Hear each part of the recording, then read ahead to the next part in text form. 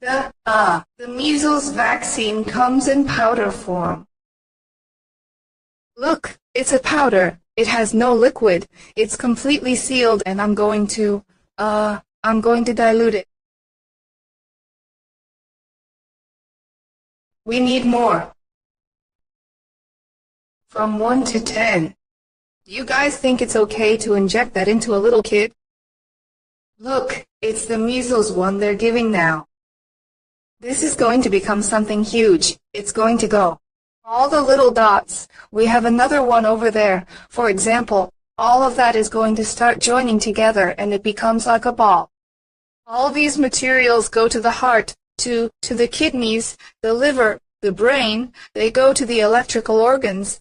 It makes all of this activate. Obviously, it enters the organism at 37 degrees and that, well, it starts to activate because of the heat, the water. This is a nanotechnological bubble. Well, let's see, Dr. Zalata. Tell us what have been the motives that lead you to this task, because it means facing a monster. This isn't easy, you know. Many who have dared, have paid dearly. Let's say they've paid with the most precious thing, which is their life. But, what is the idea in this case? What are the arguments? What are the elements to share them? Well, hello, Jorge. It's been 4 years since 2022 that I've been, ever since the pandemic actually began, that it's going to be 5 years that I never believed that was, real as it was claimed, and even less so now. Obviously, it's already completely ruled out. But when the vaccine thing started, we were a group of rebellious people who were saying among ourselves, no, this is wrong, there's something here. And we remained, firm until now, which is confirmed day by day. Unfortunately, we are confirming it with the people who are so sick and dying all around us, relatives, dear friends, family members. Actually, I see it day by day because I work for public health. I work for the Social Security Fund, and I see that people are very deteriorated, lines and lines of sick people who are 50, 60 years old and can't even walk anymore. So that is really shocking. And I started to look, thanks to La Quinta Columna. One day I saw a video where they said that dental anesthesia was contaminated. So, well, I started to analyze. I borrowed an optical microscope and started with the anesthesia, but the background intention was also to look at the vaccines. And I obtained all the vaccines except for Johnson & Johnson, which I think reached the country, but in very small quantities. And I analyzed it under the microscope and started seeing all the contamination without knowing microscopy, without knowing anything, because what's in there is so evident, right? The filth that is in there is just impressive. I saw the one for HPV, and at first I would cry because I was watching, and I would stop to cry while seeing it and saying, how can they be giving this to children, right? Because now the target is children. It really is. It is an attack against them on every level, everywhere, that you just can't believe. And the parents are handing over their children. So, now that I can prove it, and I have been proving it, I've already traveled to several countries. I've brought them, whereas before you couldn't even get the vaccine, thanks to I don't know, to the fact that we are mama maybe in this country that was a little bit more open. Elsewhere, the vaccines had police custody. It was impossible to get any. So, I did have the opportunity, I have obtained everything that I needed, and I have taken them to Mexico. I have taken them to Argentina about 3 times. I have taken them to Brazil, and I have seen it, not just with a very simple microscope. It's just impressive. The contamination is so absurd, it's so grotesque, that one can see the contamination under a biological microscope. I mean, we aren't even talking about a mid-range or high-end microscope. Under a biological microscope, which is the one I travel with and can use to demonstrate, and I demonstrated the contamination this morning before a public notary who is going to certify it for us. And we don't want to know, we already know a large part of the content, right? Thanks to the studies of our Argentine friends and colleagues. I was just in Argentina in March as well, where we performed the same demonstration with the same, results, right? We have seen the one for dengue, the influenza vaccine, physiological saline, which is incredible. It's the first thing they give to a sick patient, physiological saline, and the physiological saline is also contaminated. I mean, it's not just the vaccines, and it's not just the COVID vaccines. It's all the vaccines in the schedule, absolutely all of them, some more contaminated than others. And not only with products like the ones we've seen, of ribbons, right? Of matters that are apparently graphene oxide, but 55 elements of the periodic table have also been found, some radioactive. Just imagine, there is tantalum, there are very strange things that if you analyze and look, the studies are there. We have them for whoever wants to have them. The Argentines have a website you can visit where you can download the documents for all the doctors who still don't believe, or do believe but still don't speak up and don't dare to face this whole tragedy. So, there they are. The studies are there. There is an impressive nanotechnology.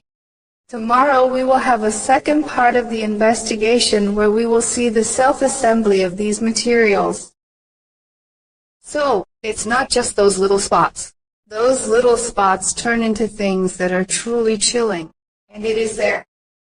Well, you are talking now. This morning you had the presence of a public notary to certify with the microscope, the fresh drop. The drop. Where do you plan on going with this? What is the goal? Well, the goal is to open the population's eyes, right? Parents need to start defending exactly what Jorge said. Children are the family. So, imagine I see that we are handing over our children. So, the idea behind all of this is to show the public that 4 years have already passed and we still haven't received answers to all our complaints. I have already filed 2 international criminal complaints with the WHO, with the UN, with the United Nations, without any response. This morning I also saw vitamin K in the analysis. As soon as the child is born, they give them vitamin K everywhere in the world and they give them the hepatitis B vaccine. I don't think they do that here. They probably give it with the pentavalent vaccine, it seems to me. But vitamin K, Jorge, is just as contaminated. We already have the videos from this morning where those same spots can be seen, right? That same contamination. And it is the first injection your wonderful, healthy child receives. Who doesn't? What hemorrhage would the child have if they are perfect? I mean, vitamin K is an anti-hemorrhagic. And why do they have to give it to them? And vitamin K is very contaminated. Now, another thing too, the state also has to protect us, just as our parents protect us. So, I am really questioning a situation that I am bringing to the table. All Bolivians are vaccinated against tuberculosis, all of us, you don't even know what it is, but they already gave it to you.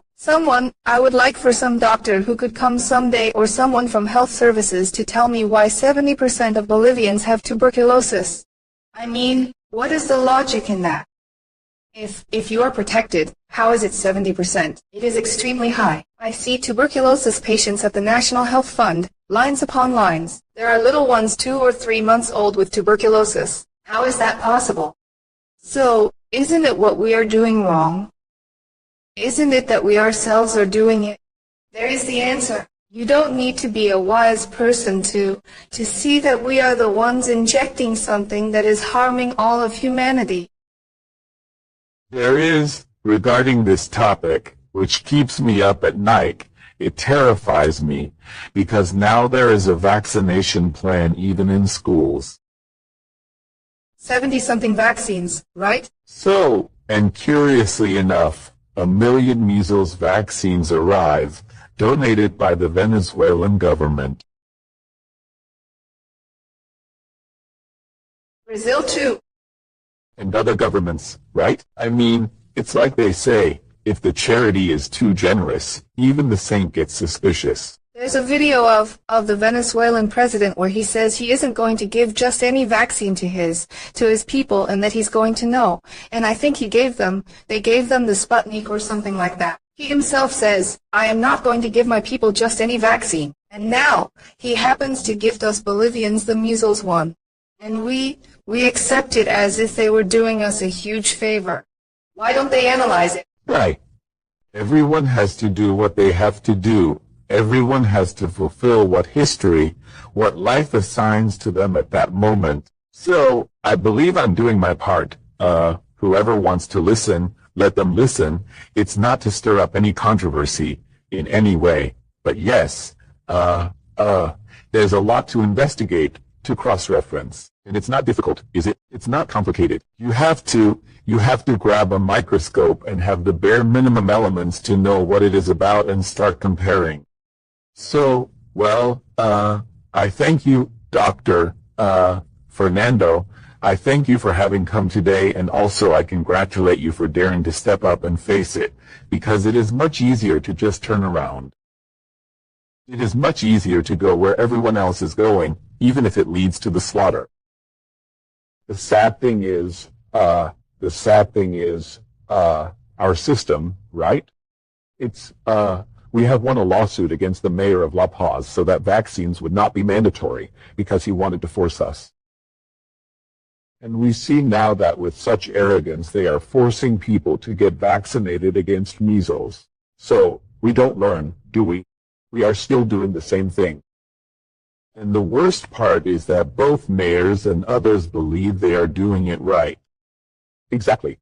That is where we are warning about the possibility that they are seriously mistaken. Thank you. Thank you very much.